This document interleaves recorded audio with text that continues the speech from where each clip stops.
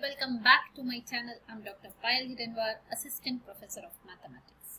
तो अगर आप बच्चे इस चैनल पर नए हैं तो जान लो ये बात कि अगर आपको फ्री एजुकेशन चाहिए और क्वालिटी एजुकेशन चाहिए तो फटाफट से इस चैनल को सब्सक्राइब कर लेना, क्योंकि आगे भी आपको बहुत मज़ेदार मैथ्स को आप कैसे मज़ेदार तरीके से पढ़ सकते हो वो आप इस चैनल पर सीखोगे। आगे बढ़ते हैं। हम कौन सा टॉपिक पढ़ रहे हैं? अभी हम पढ़ रहे हैं vector differentiation. What is vector differentiation?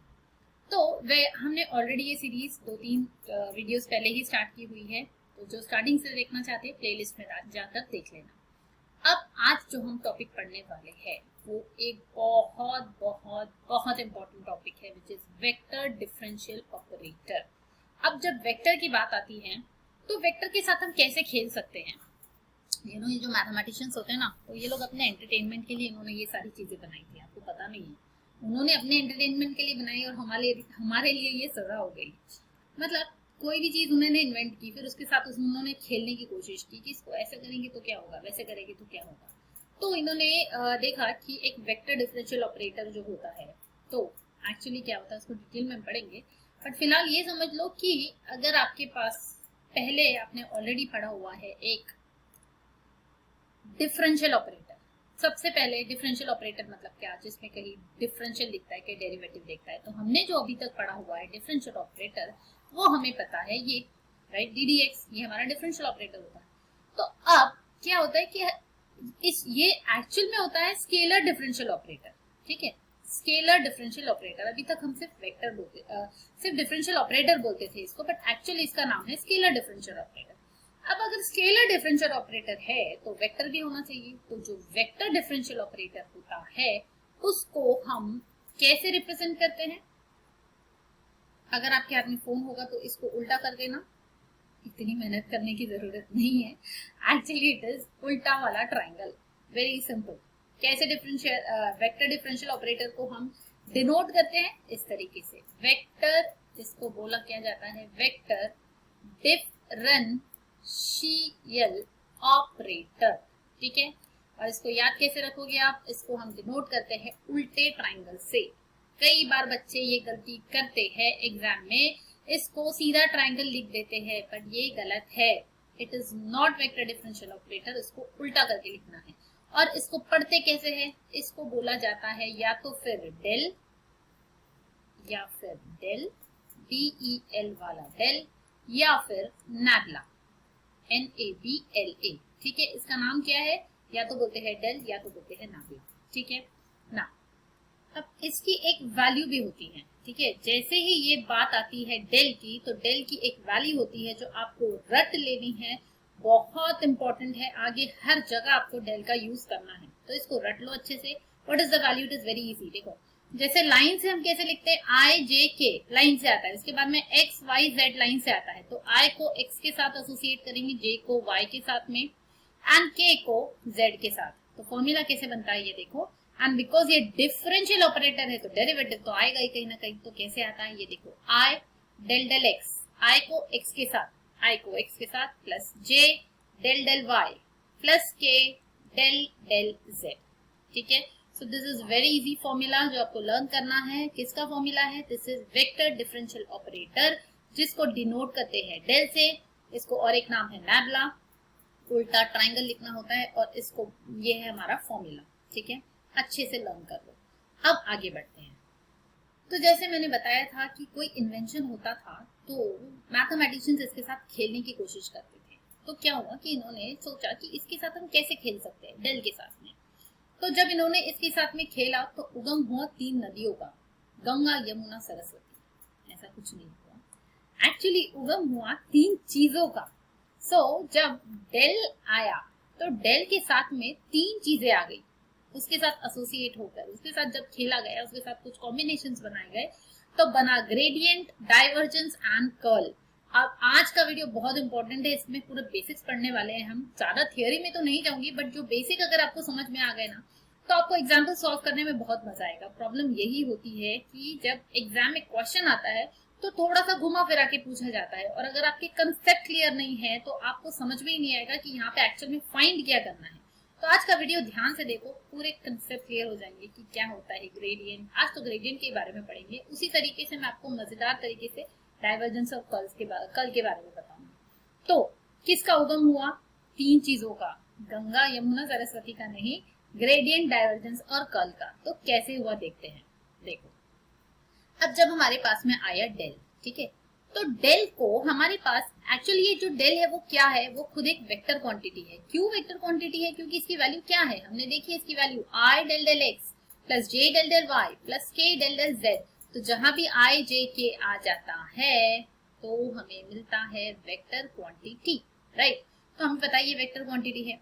अगर ये कोई वेक्टर क्वांटिटी है तो हमारे पास 3 तरीके हैं, ठीक है।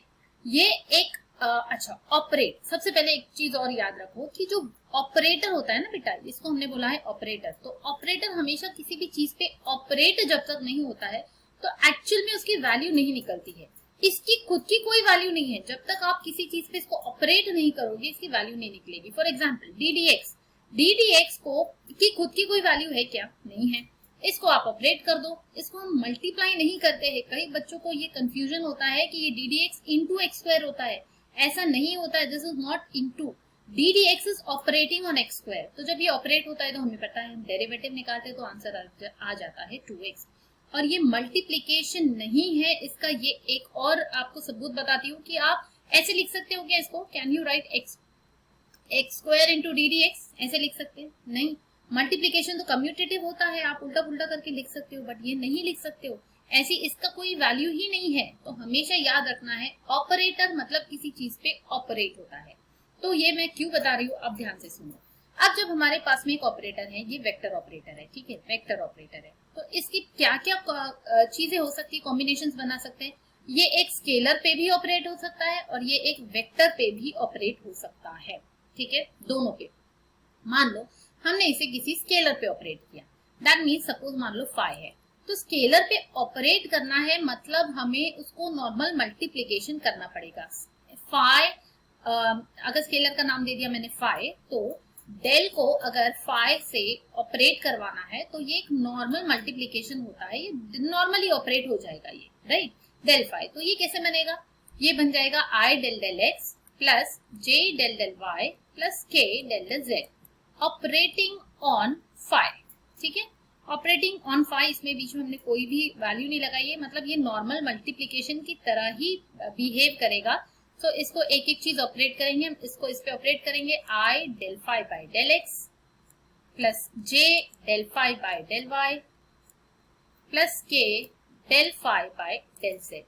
तो ये जो बना है, ये जो मिला है, ये बहुत इंपॉर्टेंट चीज मिली है हमें और इसे बोला जाता है ग्रेडियंट। जो हमने पहली चीज देखी थी इस टेबल में, ये देखो, ये ग्रेडियंट। तो ग्रेडियंट कैसे मिलता है?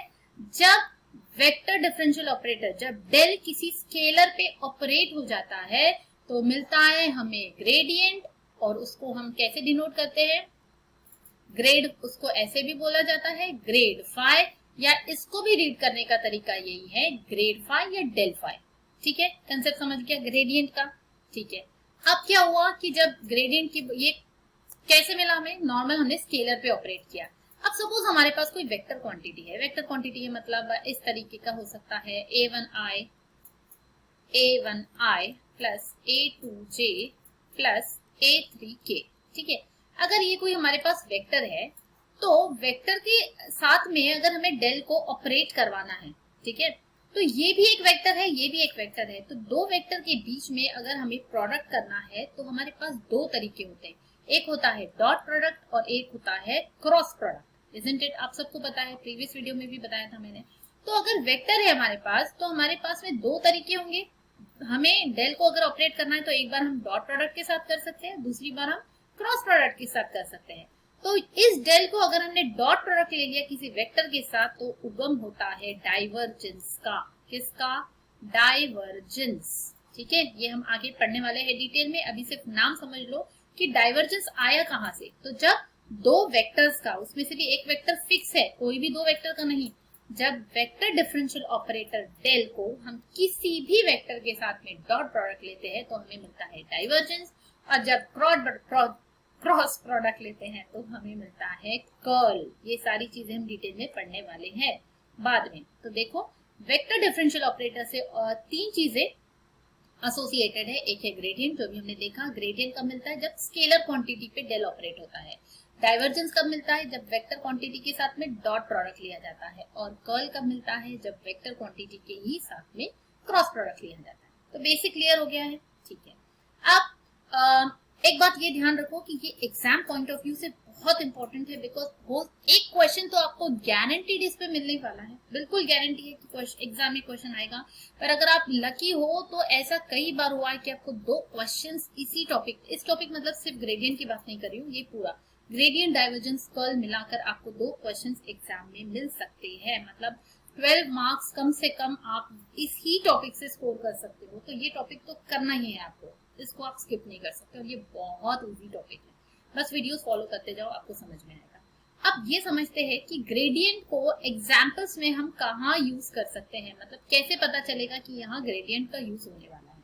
ठीक है, बताती हूँ, वेट।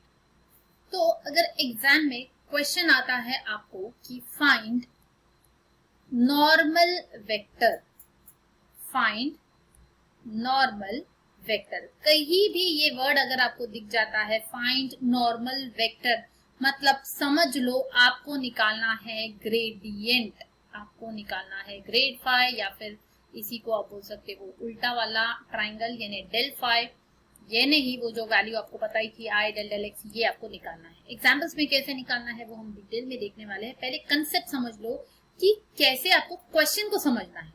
तो कहीं भी दिख गया कि फाइंड द नॉर्मल वेक्टर, मतलब समझ जाओ आपको क्या निकालना है, नॉर्मल वेक्टर निकालना है। मतलब ये क्यों, क्योंकि ये जो वैल्यू होती है, ये जो एक्चुअली अगर मैं इसका प्रैक्टिकल एप्लीकेशन आपको बताऊं, मैं ज्यादा थियरी नहीं पढ़ा रही हूँ बिकॉज अभी टाइम कम है और आपको एग्जाम पॉइंट ऑफ व्यू से पढ़ाना है। बट एक चीज याद रखो कि ये जो डेल फाई जो वैल्यू मिलती है ना, तो हम जिस किसी भी सरफेस की बात करें, सपोज मेरा सरफेस है phi of X Y Z, जिसका इस तरीके से अगर मैंने रिप्रेजेंट किया, तो ये जो डेल फाई होता है वो हमेशा उसको नॉर्मल होता है। नॉर्मल मतलब परपेंडिकुलर, ठीक है। तो कोई भी वेक्टर अगर आपको नॉर्मल वेक्टर फाइंड करना, तो एक गारंटी है कि ये जो डेल फाई है ये पक्के से इस सरफेस को, ये एक actually this is a vector quantity, तो मैंने हर जगह ये ऐसे लिखना चाहिए इसको, ठीक है। चलो कोई बात नहीं। सो ये डेल फाई हमेशा नॉर्मल वेक्टर होता है। देन सेकेंडली क्वेश्चन ऐसा आ सकता है कि फाइंड यूनिट नॉर्मल वेक्टर। तो यूनिट नॉर्मल वेक्टर अगर फाइंड करना है तो one and the same thing, आपको पता है किसी भी वेक्टर का यूनिट नॉर्मल वेक्टर, यूनिट कैसे निकाला जाता है, यूनिट वेक्टर आपको बताया था, बस वो वेक्टर अपॉन उसका magnitude, as simple as that. ये किसी भी चीज के लिए अप्लाई होता है। यूनिट वर्ड आ गया, किसी भी वेक्टर का यूनिट वेक्टर निकालना है तो वो वेक्टर खुद लिखो अपॉन उसका मैग्नीट्यूड निकाल लो, आपको आंसर मिल जाएगा। नेक्स्ट कंसेप्ट है बहुत important, which is directional derivative. ये हम आगे पढ़ने वाले हैं, यहाँ शॉर्ट में लिख रही हूँ डीडी, मतलब डायरेक्शनल डेरिवेटिव। तो एग्जाम में जब क्वेश्चन आता है डायरेक्शनल डेरिवेटिव, उसके लिए ये यूज होगा हमें ग्रेडियंट, वहां पर भी इसका काम पड़ेगा, डिटेल में बाद में पढ़ेंगे। देन फोर्थ कंसेप्ट होता है angle between two surfaces, two surface. तो 2 सरफेस के बीच में अगर आपको कोई एंगल निकालना है, सपोज आपके पास 2 सरफेस है फाई, और दूसरा है एक सरफेस साई, तो इनके बीच का एंगल निकालने के लिए भी हमें ग्रेडियंट काम आता है, मतलब डेल फाई काम आता है।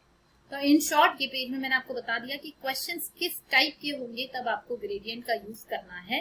अब नेक्स्ट वीडियो में हम डिटेल में सारे एग्जांपल्स करने वाले हैं, so don't miss the next video. और हाँ, ये वीडियो भी बहुत इंपॉर्टेंट है, ऐसा मत सोचना कि इसको स्किप कर दिया तो चल जाएगा। This is a very important, अगर इंपॉर्टेंट वीडियो, ये कंसेप्ट समझ में आ गया तो आगे सारे एग्जांपल्स बहुत इजी लगने वाले हैं, ठीक है। तो कमेंट करके जरूर बताना ये वीडियो कैसा लगा, पसंद आया होगा तो लाइक करना, अपने फ्रेंड्स के साथ जरूर शेयर करो। बच्चों थोड़ी सी सोशल सर्विस भी कर लेनी चाहिए, मैं भी तो वही कर रही हूँ। तो मिलते हैं नेक्स्ट वीडियो में, till then stay tuned, keep studying.